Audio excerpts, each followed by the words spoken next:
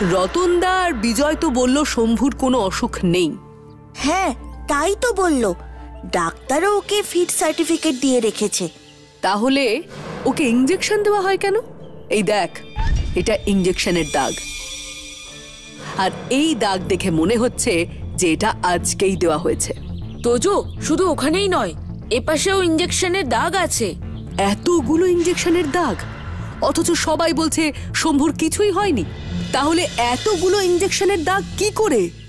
কে দেয় শম্ভুকে ইঞ্জেকশন?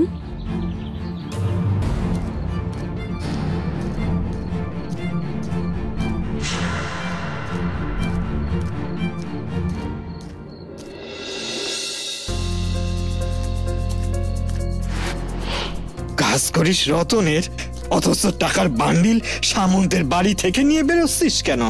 এই তোমরা কারা? তোমরা কারা? ছেড়ে দাও, ছেড়ে দাও আমাকে। সত্যিটা বইলে দে, নইলে ভালো হবে না বইলে দিচ্ছি।